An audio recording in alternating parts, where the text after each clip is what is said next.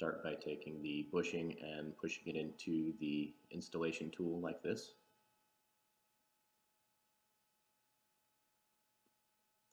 And after you remove all of the old bushing, if there's any left, from the transmission cable,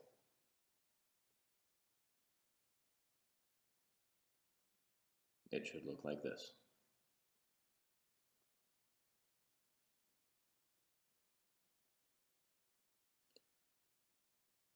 Then take the bushing and tool and press it upwards through the transmission cable end.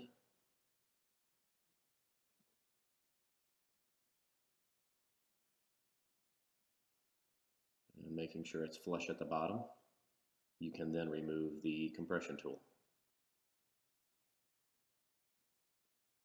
And take a look and make sure it's popped into place. And then just press it onto the transmission lever.